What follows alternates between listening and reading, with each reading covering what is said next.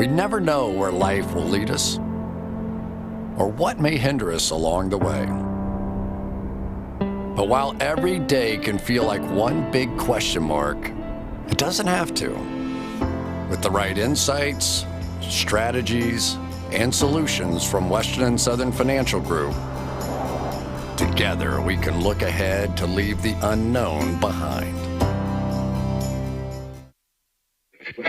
What's that football focus doing? Last week they had Brady. This week they got Brady. We're literally doing it differently from everybody else. As a matter of fact, moving forward from this point on, I will not make reference to PFF. Ready to get into it? Yeah. All right.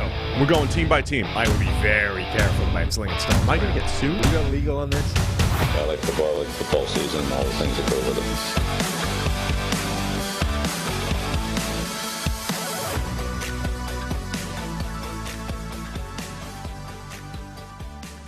Day 4 of the NFL Combine here in Indianapolis. Day 1 of them actually doing anything on the field. They're out there in the stadium right now. We're running on fumes, Brad. We're running on fumes here in Indianapolis. Us and Keanu Benton just cruising on fumes. Nice. Sam Monson here, back with Brad Spielberger, and we're going to take a little look at the first mock draft we could find post the Jalen Carter news. So it's from Chris Trapasso from CBS Sports. We'll get into that in just a second. But first, just enough time to tell you that the PFF NFL podcast is sponsored by Western and Southern Financial Group. While you focus on your roster moves, Western and Southern helps advance your money moves. Buying your first home, planning to start a family, wondering how to make your money grow? Western and Southern's playbook of life insurance, investment, and retirement solutions helps you rest assured on game day. Team up to understand needs and address goals with a game plan built just for you. Get started at westernsouthern.com/PFF. That's westernsouthern.com/PFF. Okay, Brad, this is an interesting mock. The first thing I think we need to state up top is he has sent some quarterback dominoes falling. That obviously changes the entire dynamic when it comes to mock drafts, comes to where the quarterbacks are going to go. So let's sort of show where he's putting guys in free agency and trades and all that kind of thing before we get anywhere. He has Derek Carr signing with the New York Jets. He's got Aaron Rodgers being traded to the Las Vegas Raiders. He's got Lamar Jackson being traded to the Atlanta Falcons. Ryan Tannehill signing with the New Orleans Saints once he gets released. And then Jimmy Garoppolo signing with the Tennessee Titans. So those are a bunch of teams that could potentially be in the quarterback market in any other mock draft that are kind of taken care of here. And then we got trades as well. There's a lot of work put into this mock draft. This is not just here's your order, here's who we're drafting. Chris does a great job. You know, there are some maybe not the most popular consensus picks in here, but he puts the work in, so it's worth discussing for sure. So number one overall pick, Chicago trades out of that spot. The Indianapolis Colts trade up. They're coming after their quarterback, and in this one, it's Anthony Richardson from Florida. And the first interesting thing here is with the Jalen Carter news, the Chicago, were they previously not trying to drop far down the list, and now maybe do they say, hey, look, 4 and 9 are the same thing at this point, right? If we think it was a Jalen Carter and Will Anderson and the rest type of group, do we now go to Carolina at 9 and take multiple first-round picks in the future? But yes, obviously, let's get to the Anthony Richardson part. Look, he is that guy that teams will take the risk on. He has all the tools in the world. I think one thing I wanted to push back on, I've heard a lot of, is he's not super polished. One thing he's great at, his pressure-to-sack ratio is phenomenal. He does not let pressures continuously convert. You're going to hear like Malik Willis comps. Malik Willis is the opposite. If you know. So he needs to get better accuracy, a couple things, of course, but he is good at avoiding pressure. So I know, Chris Ballard was out there, I think, yesterday saying, essentially trying to fight back at the obvious Chicago open for business type of trades. He's saying, I don't know that we need to trade up to number 1. We can sit here at 4 and get our guy. You don't always need to go getting the quarterback. You can sit there. It's not necessarily that we're going to have to make this happen. Is that simply what he has to say at this point to try and put some dampeners on that, or do they really think that they might be able to sit at 4 and take the quarterback that they like. I think you have to say it regardless, right? Just to get some leverage for yourself in potential trade conversations. You always do, or they always want to go up for their guy, quote unquote. But maybe it is a scenario where they say, especially now, we were talking about Anthony Richardson, that there are 4 guys: Anthony Richardson, Bryce Young, C.J. Stroud, and Will Levis, and they say we'll take one of those 4 players. We like all of them, and they do sit there. But we've seen historically teams want their guy, not a guy. Yeah, it's interesting. I've seen all 4 of these quarterbacks now mocked number 1 overall at various points in the whole process. To us, obviously, it's going to be Bryce Young. I think he is he's got the best tape of any of them. I mean, that's the starting point. That should be the thing that you start with. Obviously, his weigh-in, the size, that's going to be the concern. And it does make sense that if you're freaked out by that, if you're freaked out by the idea that he might be 5'10", 180 or something along those lines, you're going to gravitate to the opposite end of the spectrum, like somebody like Anthony Richardson, 6'4", 230, somebody like Will Levis, 6'4", 225, or whatever he is. Those are the types of players I think you're going to be focused on at that number 1 overall spot. And right now, the momentum seems to be building for Richardson over Levis as that guy if you're taking a gamble. Yeah, which is interesting. I think it's, I get it. Again, the tools for Richardson are off the charts. But Levis, when you look at him, he's a guy, he's going to get all the Josh Allen comps. Not sure I would go there. But also a guy that has a lot of tools, is a good athlete, can run, more of a scrambler than a design runner like a Josh Allen, but can use his legs. He's kind of in that range as well. And I think he's still, I mentioned this last night on the forecast, but the value right now is maybe on betting on anyone but Bryce Young to be the first overall pick. He's intriguing because his accuracy might be worse than Josh Allen coming out, and for similar reasons in terms of mechanics, all those kinds of things. I don't necessarily buy the idea that you need to sit him year 1, teach him how to play the game. Like, from a process standpoint, he's there. The issue is the technique and the things that actually need some time to get cleared up and be worked on, maybe by an individual coach, much like happened with Josh Allen. The problem with that is that doesn't happen overnight, and it doesn't happen during the course of a season, and that might take a year, that might take 2 years, like it did with Allen, to kind of work its way out, and then, like, year 3, you suddenly get this giant leap forward in terms of accuracy and performance and overall ability. But the question, I think, for him is his rushing ability good enough that right now you can kind of buy that time and the offense will be okay, it'll be functional, even with him as an inaccurate quarterback and an inefficient passer, until you're able to fix those things, assuming that's possible. I think the one thing that's interesting there is, he played in a pro-style offense in Kentucky. Offensive line was not very good this year. Lost Wan'Dale Robinson to the draft the year prior, so didn't have a great crop of receivers, at least compared to years past. So maybe you could sell yourself on, he is a little bit more pro-ready, he can step in. But the big thing, if we're going to talk about Allen, that was a new GM and a new head coach to a degree. This is Chris Ballard entering, year 6, 7, whatever it is. Right. Can he wait till a year 3 breakout for Will Levis? Who knows? Yeah, okay, number 2. This, to me, reminds me a little bit like Detroit a year ago, where if this happened, it's jackpot for Houston. Number 2, they kind of screwed themselves out of the number 1 overall pick by winning a pointless game late in the season.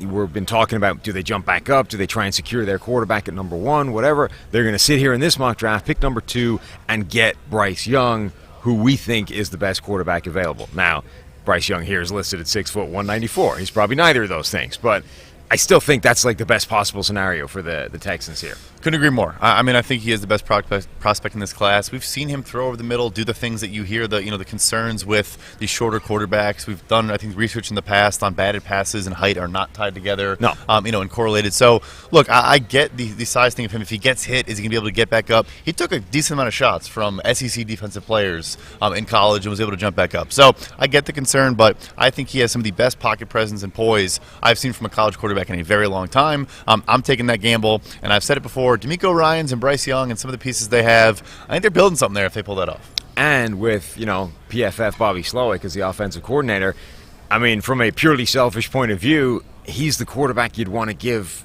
a guy like Bobby to work with, right? Because we've already seen his tape is much better than any of these guys. The things that Bobby has to do as an offensive coordinator to get this guy cooking at a decent level, there's a lot less work to be done than there is with, figuring out how to make the best of Anthony Richardson or what can you get out of Will Levis in year 1 or C.J. Stroud. Like, I think Bryce Young's ready to go right now. The only question is, does he stay upright and does he, keep himself healthy? And you mentioned those hits he's been taking in the SEC. On the one hand, that's a great thing because he's shown the ability to take hits like that and keep on going. On the other hand, you really don't want him taking many of those hits. Like, the fact that he's taken that many is itself a little bit of a problem, or at least a concern. That's really the only, like, red flag, I guess. No, for sure, and you hope you can coach that out of him. It's usually on, it gets the ball out, but if he holds on a little bit too long, and gets hit as he's throwing. But again, I should mention, just like I talked about Will Levis, his offensive line this year, not particularly good. His receiving core for Alabama, I know we think Alabama, we think, oh, he's surrounded by blue chip guys at every spot. Like, there were some holes in the O-line. If he goes from a Vanderbilt transfer at left tackle to Laramie Tunsil, I had to dig my own school there, but that's a big upgrade. And the receivers weren't that great at Alabama this past year compared to, we're used to seeing multiple first round pick type players. But yeah, he's got to avoid those hits, but I think you can coach that out of him to a degree. Now, the third overall pick is where I think this mock gets particularly interesting, because that's been Arizona. That's been the team that's been talked about as, well, they're going to take one of those two blue-chip defensive players. Chicago's angling for the other one. Obviously, with Jalen Carter slipping in this mock draft after the legal news that broke yesterday, he's off the table. I think the assumption is that Arizona would just pivot. They would go to Will Anderson, the edge rusher from Alabama, if indeed they were ever interested in Jalen Carter in the first place. But in this mock, Chris has Arizona trading with Carolina, who jump up and get their quarterback, and Carolina drafts Will Levis. I think this one's interesting. I mean, I'm sure people have talked about it a bunch, but Josh McCown, the new quarterbacks coach in Carolina, did some work with Underdog Football and compared C.J. Stroud to Joe Burrow and said he's a phenomenal young prospect and a really good player. I think they could maybe be big fans of Stroud in that building. So they go with Levis here instead. Again, a guy that I do think could go very, very early. You're going to hear all the cliches, all the comparisons and all that, but you can see it. I'm not a huge fan personally, but you throw it on. You see how teams could convince themselves, like, this could be a guy. Yeah, absolutely. I mean, I also think, depending on what year you start with, you get a very different picture of Will Levis. If you go back to that 2021 tape where he had an NFL offensive coordinator effectively as his play caller, where he ran a real NFL offense, you saw a much better version of Will Levis. Everything around him was worse in 2022, and he was worse in 2022. Now, there's obviously the question of, well, how much of that is the supporting cast, how much of that is him, and what you make of that. That's for every evaluator to work out for themselves. But, I mean, I started watching Will Levis tape by looking at that 2021 year. I'm like, look, I'm more interested in what his ceiling is, how he plays when he's at his best. Let's look at that year. Let's look at how he played against the best Georgia defense, the best defense, period, of maybe college football history. And there's a lot to like about that version of Will Levis. And sure, like with all these guys, we're talking about a certain degree of red flags or concerns or whatever it is. But, Carolina, they need to do something, because they've had a bunch of swings and misses at quarterback in the last couple of years. The Sam Darnold experiment was a bad idea at the time and was proven to be such. The Baker Mayfield thing, I think, was a much better idea at the time, but didn't prove any better. Obviously, P.J. Walker is not going to be the guy, so they need to do something. And if quarterback goes 1-2 in this draft, you can definitely see how they'd be like, we can't wait at 9. We're going to have to go do something. Not only has Carolina gone the veteran route, you mentioned Teddy Bridgewater, a couple of other guys they've brought in for big money. It's not worked out. Then you bring in Frank Reich, who's also been doing that in Indianapolis, bringing in veterans that have not really worked out as well. So everyone in that building has gone that route, tried that route. Yeah, snake bitten. So, go up and get your guy. I think, ownership, David Tepper is a very aggressive owner, wants to do these things, wants to build a winner, and have a franchise quarterback finally. Basically, since he's on the team, they haven't even had a guy that you can really sell the fan base on. This is the face of the franchise. This is our guy. So I think it would make a lot of sense. Also, this is random, but we talk about transfers a lot, and people don't like transfers. This is going to be another transfer quarterback that goes in the top 5, top 10 for the third, fourth, fifth year in a row at this point. It's a consistent theme at this point in the draft. And people are using that as a knock on him. Right. It's like, well, he couldn't even beat a guy out. That's like, okay, we need to stop with that argument first and foremost. It's ridiculous. Like, Joe Flacco couldn't beat out Tyler Palko at Pitt before he had to transfer to Delaware. Like, he was a better player by far. You can't use that. I mean, people will bring up Tom Brady. It's not really true with Brady. Like, he did beat out Drew Henson several times. They just refused to let it actually be reflected on who was starting. But there's a ton of these guys now, and it's only going to get more with the transfer portal and that kind of thing, where I don't think it's a fair criticism. Like, sometimes you're not given the opportunity to win the job, or a guy is just an incumbent, and they're not gonna dump him for you, even if you are better. So this is going to happen more and more. It shouldn't be used as a reason to like knock a guy that he couldn't beat out a guy that was ahead of him before. Development is not linear. It's not, and yeah, it's just a storyline every time. Oh well, he couldn't beat out Sean Clifford, so why should he be an NFL quarterback? It's irrelevant. It's completely irrelevant. Right. Pick number 4. This is where Chicago traded down to with their number 1 overall pick. They got the Indianapolis pick at number 4. I do think you were right when you talked about this right up top, that one of the most interesting questions coming out of this whole Jalen Carter thing, as we now know it, is does this open up more picks or more trade partners potentially for Chicago, because they're no longer thinking about the whole concept that we've been talking about from day one. Is ideal scenario for them is they drop to 4. They get they get to pick at least one of those 2 defensive blue chip guys. Well, if now there's only one of them left, or at least one that they're comfortable taking high, then 4 doesn't even get you there necessarily. And so you might as well go to 7 and get a bigger haul, or 9 and get a bigger haul, or down to 12. Like they can go further, because there's no longer this one carrot that you're picking up on the defensive side. So you might as well just get the best trade you can amass. And then in this particular one, they've stuck with the trading to 4. Yeah, and they still were able to get Will Anderson, obviously, with the 3 quarterbacks going, which, hey, is probably certainly possible. We know how this draft goes. But I almost think it's okay. We got a 2 with Houston and still get, Will Anderson. And then, yeah, I mean, Tennessee at 11 is an interesting team as well. I mean, those, you're getting multiple first-round picks, and you could still get, a Peter Skoronski, add your offensive line. Just don't go with one of these freakish defensive players, but arguably get a guy that maybe even makes more of an impact and where you need to improve the most, which is, of course, on offense. Yeah, I mean, this is a little bit like Houston in terms of it's another ideal scenario for Chicago. They trade down to 4, not guaranteed that they would be able to pick up, one of those, not one of those, Will Anderson, thinking that there's a pretty good chance Arizona takes him at 3 and you miss out on that, but that's okay. It's still worth taking the draft haul that we get to move down to 4, and they end up stumbling into Will Anderson anyway because of the trades up. And quarterbacks going 1, 2, 3 in this draft would be a pretty fascinating turn of events as well, because as much as I think this is a good quarterback group, or at least at the top, like the 4 guys that we're pretty comfortable with high in the first round, maybe 4 in the top 10, it doesn't feel like they're the sort of lights out group that would make you go 1, 2, 3 quarterback.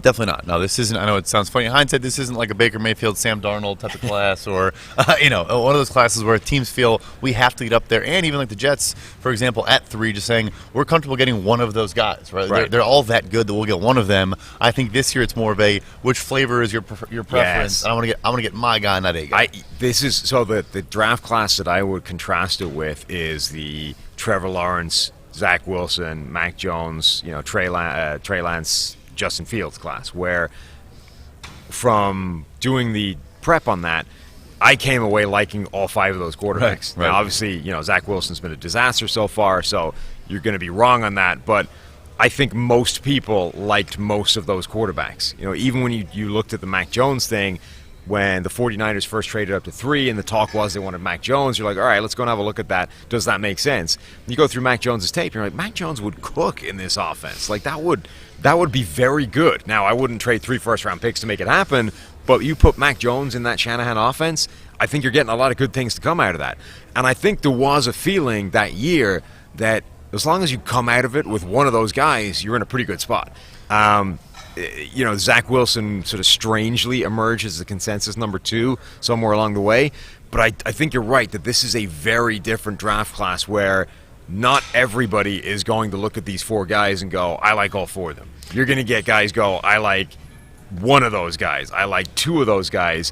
And it's almost impossible to like all 4 because in some ways they're sort of antithesis of each other. Like Anthony Richardson and Bryce Young cannot possibly... You can't like both those at the same time and be like, yeah, I'm happy with either one of those polar opposite players. Yeah, and also we talked about just the context of the entire situation. Can a GM wait for 2-3 years for the guy to develop? Some yes, some no. Like if you're in Houston, you probably could take a project type player and see if it pans out in a couple years. Yeah, if you're in Indy, maybe not.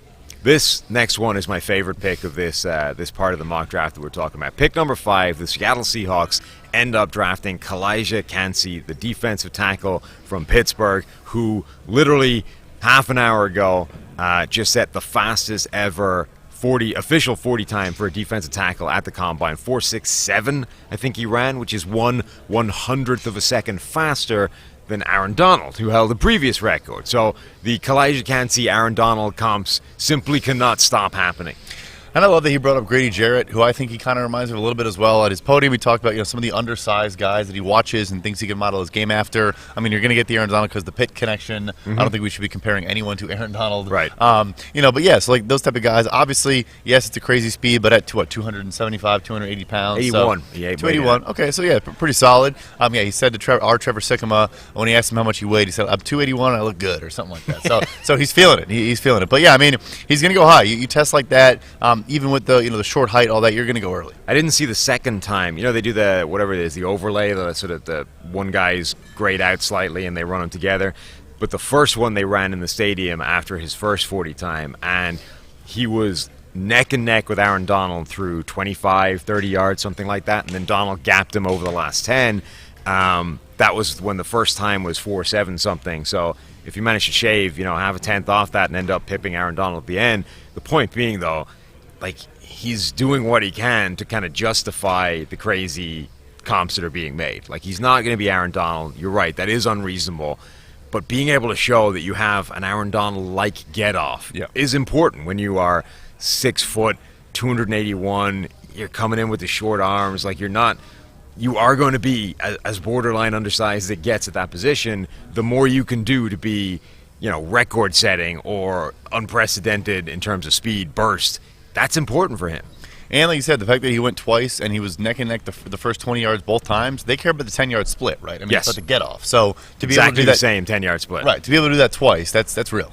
Yeah, absolutely. And this is as high as I've seen him picked in a mock draft so far. He's been rising through the entire process, and he's been sort of passing out other defensive tackles that were supposedly going much higher than him. It started off, and then he got up to number 10 to the Eagles, and you're like, that's a great fit. He could be the Milton Williams replacement. He hasn't really worked out there. Step in, take some of those Javon Hargrave snaps if he leaves in free agency. But all of a sudden now we're saying, all right, let's push him into the top 10. Let's push him into the top 5.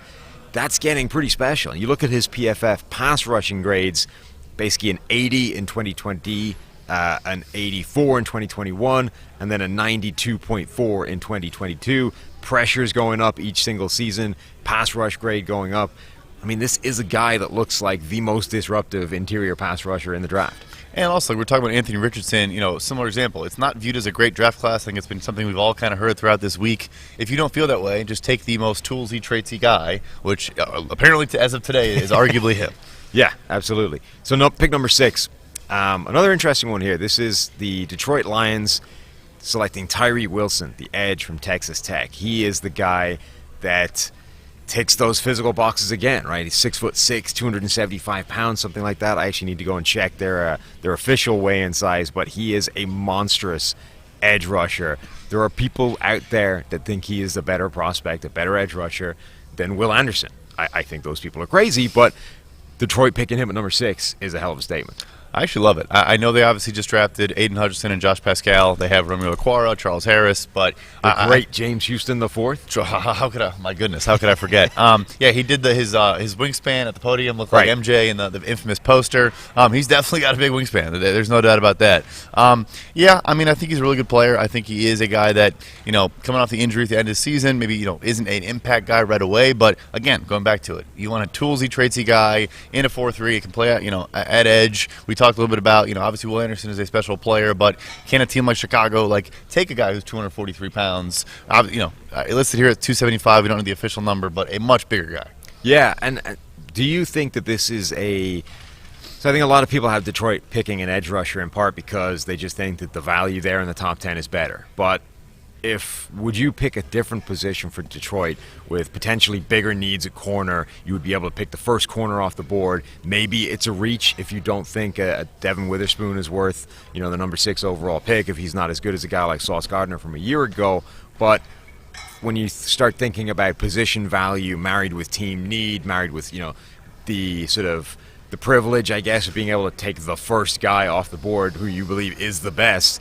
Does it make more sense for a position like that, or do you just say Tyree Wilson fits a need, and we love this guy, so let's do that. So interesting is I'm wondering if this is going into his mock here. So Tevin Witherspoon did not come out for his media availability. I don't want to correct me if I'm wrong. I think he just has like a tweaked hamstring, nothing major. But I don't think he's going to test either because of a minor injury. But a bit of a smaller guy too. Like he is the most physical corner in this class, one of the most physical college corners I've seen in a while. But you see guys like Christian Gonzalez, Brian Branch today at their podium. They look like linebackers. So he is a bit smaller. I think it's a great fit. He actually has him going there at 18. Maybe he does make it that far, but I think when you have the luxury of those 2 top 20 picks that Detroit has, maybe that's how you sell yourself on, let's just take the number 1 guy at a position because then we can get a guy at 18. Tyree Wilson's official measurement, 6'6" and 271 pounds. So 6'6", 92nd percentile, 271, 67th percentile, and then arms, 35 and 5/8, 96th percentile. And I think the wingspan was even more ridiculous. A 7'3" wingspan. No, sorry, a 6'6" wingspan, 86 inches.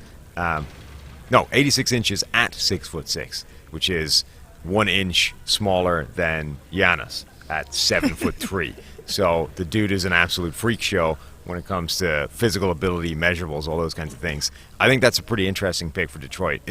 I've been kind of pushing back on the edge rusher thing for the Lions because I don't know that they need that. I think they've got a ton of young guys that they could kind of, give a little chance to develop and go a different direction. But I get the idea that he might be the best player on the board for them at this point, and then just make it happen. Yeah, and look, we saw Aiden Hutchinson get kicked inside a little bit on passing down, so maybe it's also thinking they're just going to be really multiple with Aaron Glenn there in Detroit. They did a lot of that in New Orleans where he was in the past. He does have a DB background, but when he was the defensive coordinator there, they were shuffling guys all over, doing a lot of different things. So it's just, I hear what you're saying. Of course, you want to address needs, especially a team right now that, in a bad NFC is arguably a couple good picks away from really being a true contender in that conference. But yeah, I mean, when you're that long and that gifted of that build, it's hard to pass up for a lot of these guys. Pick number 7. This one's going to be different because the trade stipulated early in the draft, Aaron Rodgers going to the Las Vegas Raiders. So the Raiders no longer own the number 7 pick.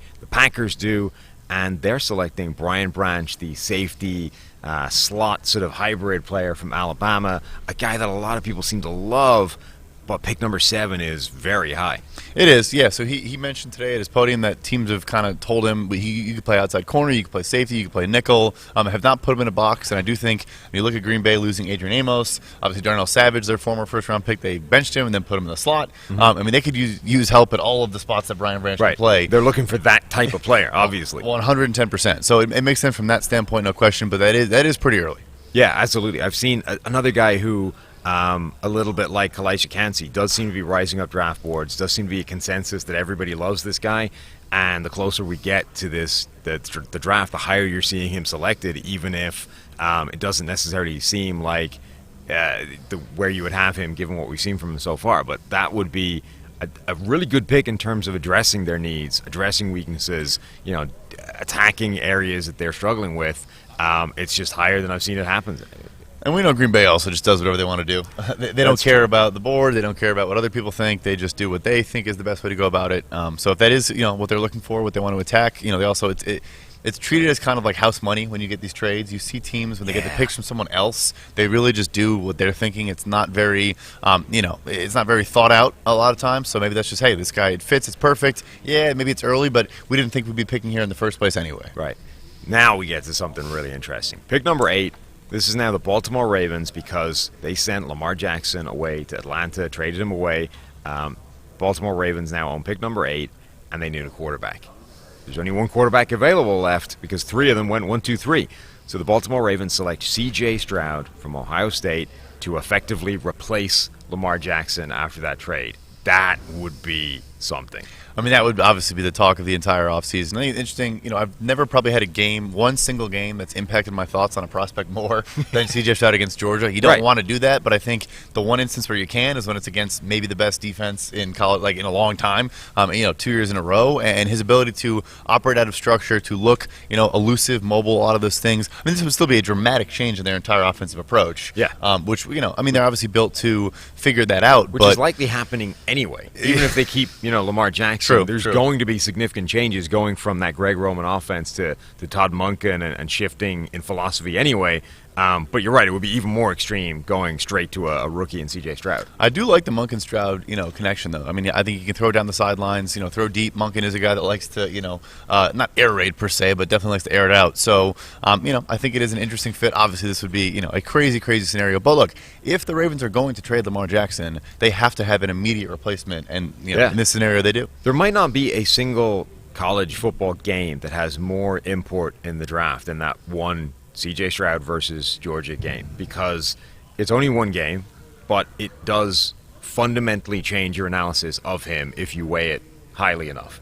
Alternatively, if you say it's one game, I don't care, I've seen many other games, those are more important, then it doesn't mean anything. But the fact that he essentially not only answered every potential question mark that you have about him, but did it emphatically on the biggest stage against the toughest opposition, it is a huge data point. Like it's literally the only thing you can ask him to do. The only question is, why did it only happen in that one game? And how do you weigh that versus all of the other information? I think it was huge, too, because to that point, the best defense they'd played was Michigan, and he did not look very good in that game. So Right. It was a counter to, him going up against a really good defense with a bunch of NFL players. I guess he's pretty good against Penn State, who has a bunch of guys always going early, from their defensive side of the football. But, yeah, it was also a big counter to, can he play against these great defenses? Emphatically, yes.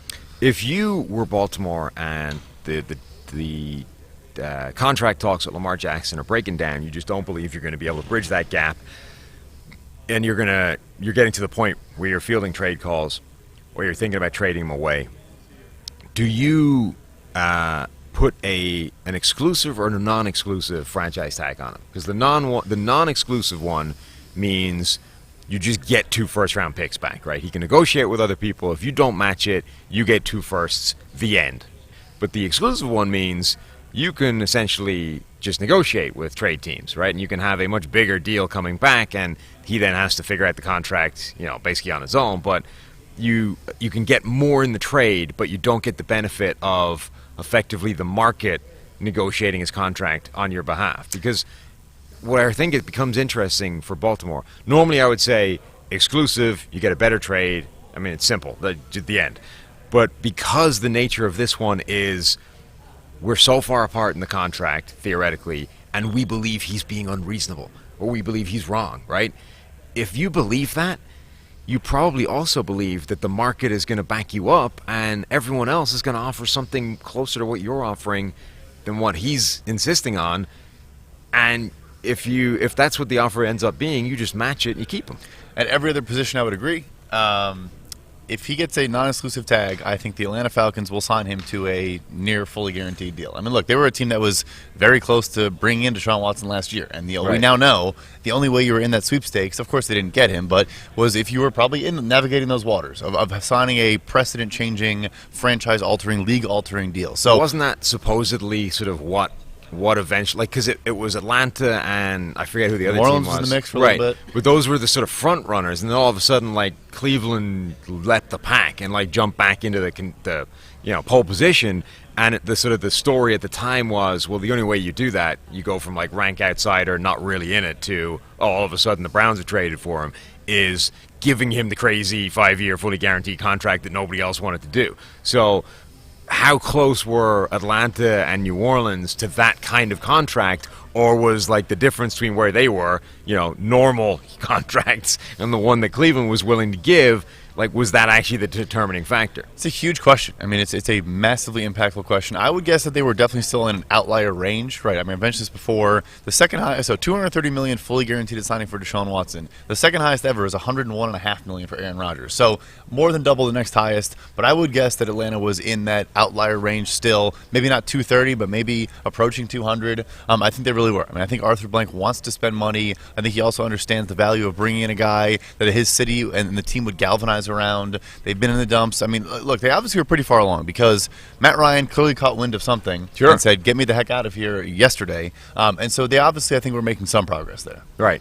I mean, I think that's one of the biggest questions for Baltimore is even if they can't get this deal done, then how do you go about trying to get the best deal done for a trade? Or do you sort of use the fact that other teams can negotiate to kind of prove your point? Be like, look, This is not the deal that you're going to get. What you're asking for is not reasonable relative to the concerns we have of, can you operate properly outside of this Greg Roman offense? Can you stay healthy? Because the last 2 years you've been banged up. Like, all these kinds of things. These are, I think, reasonable concerns from their point of view to want some kind of concessions in the contract, to want something beyond, here's 5 years fully guaranteed money.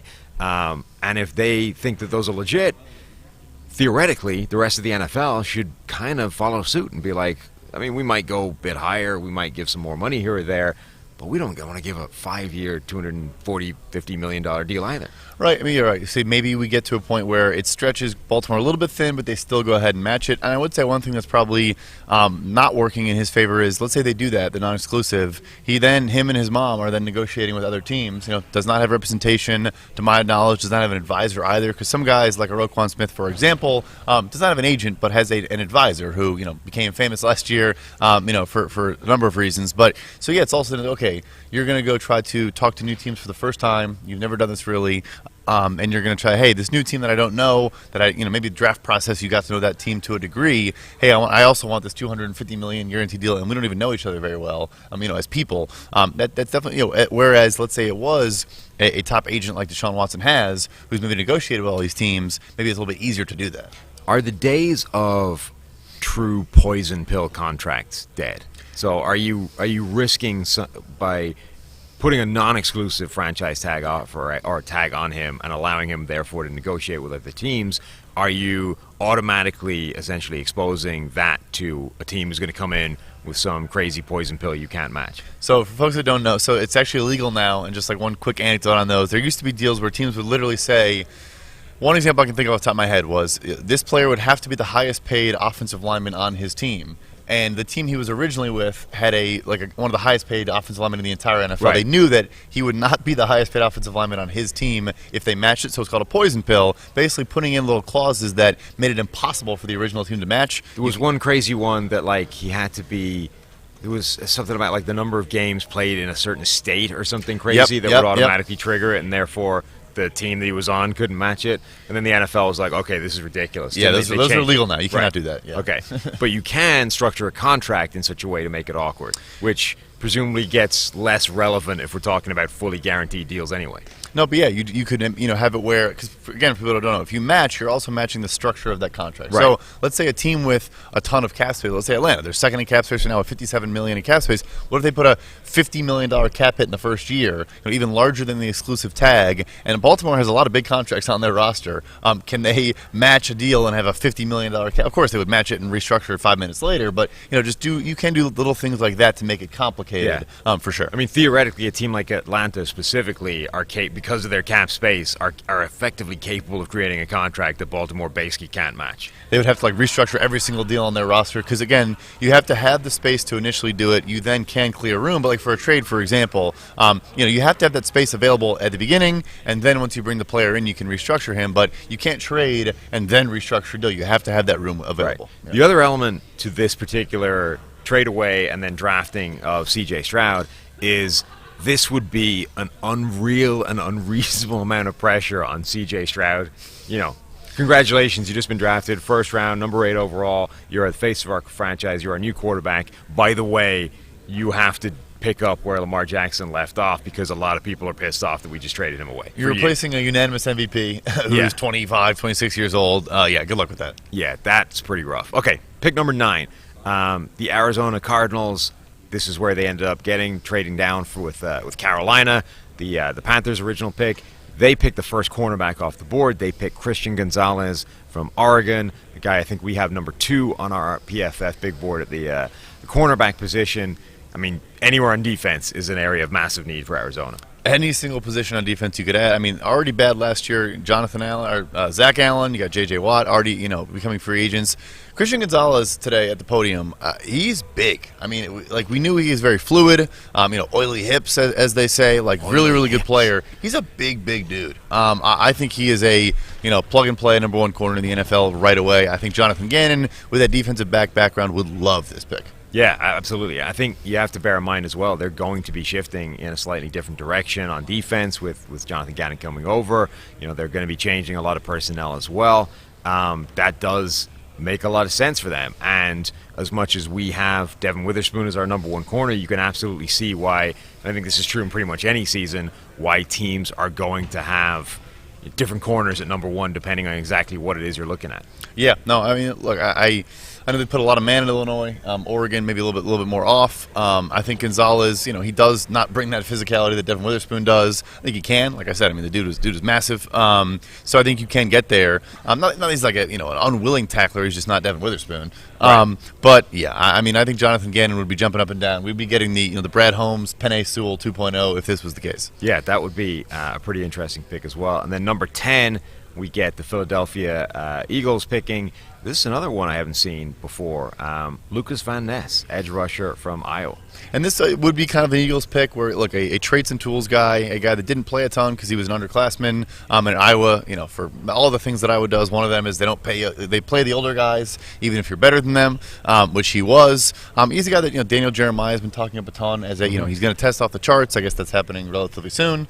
Well, it's happening, but it's not testing off the charts because apparently he has a 31-inch vertical, which is the 24th percentile. So I think that this article would be updated. He would no longer be here, especially for, vert and explosiveness metric. Yeah, I'll say this is an aside, and just people that are wondering, because we're going through Chris Trapasso's mock, he had Jalen Carter eventually going 17th to the Pittsburgh Steelers. In my opinion, let's say nothing changes with the current legal situation. It's 2 misdemeanors, and there's no more than that.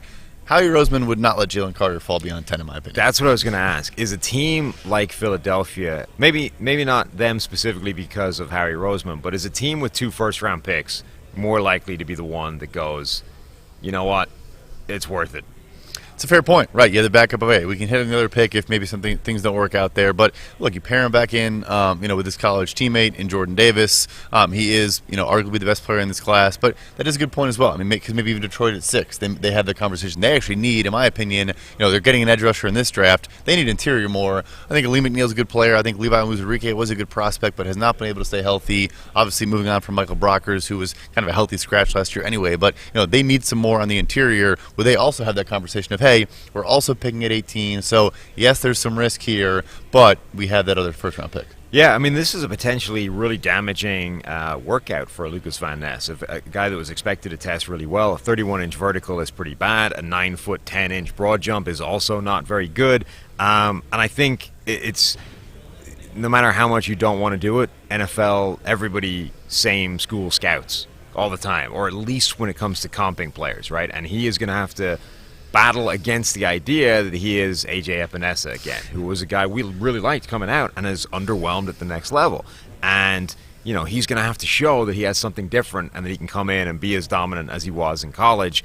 And that's not a great way of starting that. And he was a guy that was getting mocked top 10, maybe top 15, top 20, right, and then went second round, and honestly has been underwhelming even for that second-round pick so far in Buffalo. So, yeah, I know that the same school scouting thing, all that. Hey, maybe he has a better pro day. They obviously do have a great strength and conditioning, program at Iowa. They pump out freak athletes all the time. But, yeah, that's not a great workout for him today. All right, let's run through a few more picks of this mock. Pick number 11, Paris Johnson Jr., offensive tackle from Ohio State, going to the Tennessee Titans. I mean, Tennessee needs offensive line, particularly at tackle as well. Obviously been hurt recently, but Taylor Lewan was their best offensive lineman by a good margin when he was playing, and of course no longer there, a recent cap casualty, maybe a retirement guy. You're a good pal, huge fan of PFF and everything we do. And slightly intimidated by Steve and his size, and also your size and stature. Right. So thank you for that. Of course. But yeah, no, this is one of those classic, like, yes, it's a need pick, but it's also just a good player. Just makes all the sense in the world. Yeah, I mean, any Tennessee pick coming away with an offensive lineman in the first few rounds in this draft is a good one. They need offensive line help badly across the board, so like this. Number 12, Houston Texans, Jordan Addison, wide receiver. I love this. Jordan Addison, I think, is the best receiver in this draft. They give their new quarterback a wide receiver to play with. They already have some players in there that can help. Like, this is a great pick. Couldn't agree more. Yeah, I mean, they need to replace Brandon Cooks. He's going to get traded, pretty much as soon as the league year starts. I think it even came out yesterday. They're kind of starting to have some, approach to that. Yeah, the guy that gets traded almost every year at this point, and just shows up and puts up 1,000-yard seasons. But yeah, I also actually I think Addison's the best receiver in this class. Another shout out to the forecast yesterday, but said you should go out and bet that. I just don't think Quentin Johnston is going. I know he's the only one that's like a potential X, Yeah. 6'4", all that. That's probably why he's the favorite, odds-on favorite. But I think Addison is that dude, and a guy that can separate, can get open. I think can play outside too. I don't think he's just a slot. Oh, absolutely. You get him, John Mechie, and Nico Collins is a solid guy, especially if he's number 3. Yep. And then Bryce Young. Couple, Laramie Tunsil I mentioned, Titus Howard's taking strides. Got to have better play from Kenyon Green, but all of a sudden our guy Bobby Slowick is cooking in Houston. Absolutely. Pick number 13, the New York Jets, Peter Skoronski, offensive tackle / guard, Northwestern. I think that makes sense as well. And I like the idea that they could actually try him at tackle first. Like whatever his arms come in and measure at, he's going to be one of these guys right around that 32-inch cutoff. The report was wherever he got measured, it was 32 1/4. That's not the official combine measurement yet. But if he's in that range, he's right on that cutoff of when teams are like, you're a guard automatically. But the Jets' biggest need, arguably, is to try that left tackle spot. If Mekhi Becton comes back and stays healthy and plays well, you can kick him into guard and give him a try. Like, they have the ability to fit him in somewhere. I mean, look, Joe Douglas is, a guy. Baltimore and Philadelphia, they want trenches. They want to add to these positions. They took Elijah Vera Tucker at 13th overall a couple years ago after trading up with the Minnesota Vikings. Another guy that, they did play him at tackle a little bit this year with some injuries. Dwayne Brown, is he back next year in New York? We don't really know. You mentioned Mekhi Becton. Have barely seen the guy. Obviously very talented, but have not seen much out of him. George Fant, a free agent. Connor McGovern at center, a free agent. So, yeah, makes all the sense in the world. Like you said, not worst case scenario, but, yeah, kicking him inside to be a good left guard is not a bad outcome. Okay, pick number 14, Broderick Jones, New England Patriots, giant offensive tackle from Georgia. I'm going to run through a few of these at a time, and let's get through the entire first round. Pick number 15, Dalton Kincaid, the tight end from Utah, going to the Green Bay Packers. Pick number 16, Keely Ringo from Georgia, going to the Washington Commanders. Pick number 17 is where we get Jalen Carter, Georgia again, going to the Pittsburgh Steelers. That kind of feels unfair. Pick number 18, Devin Witherspoon, our number 1 corner, going to the Detroit Lions. So the guy we were talking about, do you take him at number 6? They end up picking their edge rusher, getting Witherspoon at number 18 anyway, and potentially getting the best corner off the board as well as their edge rusher. 19, Darnell Wright, offensive tackle from Tennessee, going to the Tampa Bay Buccaneers, a team that is going to need offensive line help. And number 20 is Quentin Johnston, going to the Seattle Seahawks, the TCU wide receiver, who is the one guy in this class that has that prototypical 6'4", 215, probably going to run really fast, probably going to jump really well. He's the sort of prototypical X receiver in this class, even if his tape isn't as good as a guy like Jordan Addison. Yeah, I mean, just a couple, reactions to a bunch of those. I'd be surprised if the Patriots don't take an offensive lineman.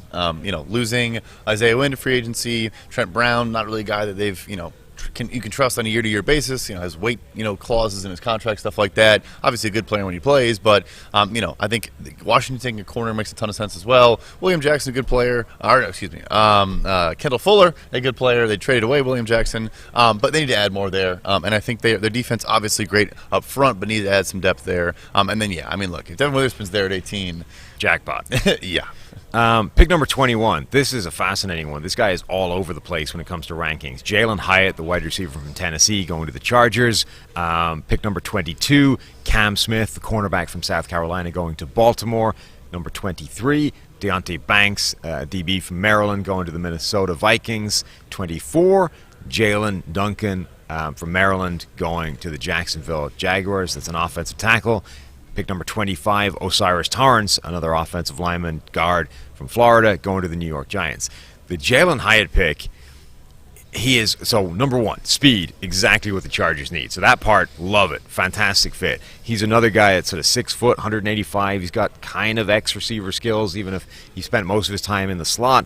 I don't know if he's the guy that Steve looks for every year, the new Will Fuller, but that offense in Tennessee is a joke in terms of projecting to the NFL. It has no resemblance to what he's going to have to do at the next level. It's zero. It's impossible, right? I mean, he's just a lot of go balls, a lot of just scheming himself wide open. Yeah, you are going to get as much in terms of understanding how he can play football, watching him do drills at the combine, as you did from watching him play in that offense. Like, they're equally equally applicable. Yeah, no, I mean, like Cedric Tillman going to go later, a bit older, but again, like guy that like a couple plays a game would be wide open, streaking on the sideline. Like that was their offense. But and so where does Mike have him in on PFF's big board? It's somewhere in the mid 68. So top of the third round, right?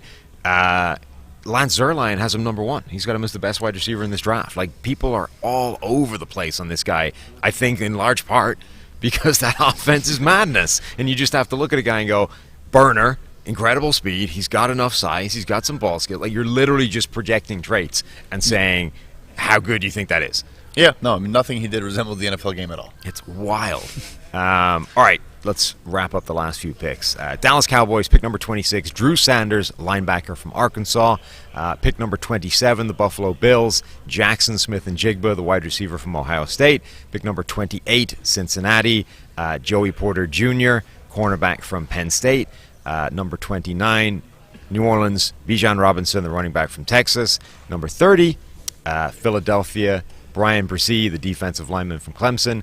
And number 31, remember there's only 31 picks because of Miami's naughty tampering, Kansas City Chiefs, Miles Murphy, the edge rusher from Clemson. Anything jump out at the end there? I mean, look, Buffalo needs to add a receiver. I mean, they showed you that this year, bringing back Cole Beasley. Yeah, Jackson Smith-Njigba would be incredible. And also, at corner for the Bengals, Eli Apple maybe not back. I think Cam Taylor-Britt did show some progress this year and is a potentially good player. But, with the uncertainty around Chidobe Awuzie and his injury, I like that one a lot. And then the last two, again, we talked about Philly having 2 picks and the Chiefs, again, of course, picking last. The 2 defensive linemen falling. I think a guy like Derek Hall at Auburn, too, a guy that's just like traitsy, like very good athlete. Maybe they, take some shots there. That makes a lot of sense. Those teams going back to the well on defensive line with those late picks, I think, is realistic. I gotta say, I can't see New Orleans being the team to stop Bijan Robinson's slide. I mean, frankly, I can't see Bijan Robinson getting past number 26 to Dallas. There's just not a chance in hell that Jerry Jones says, no, I'm passing up on Bijan Robinson. Jerry Jones is drafting him if he's there,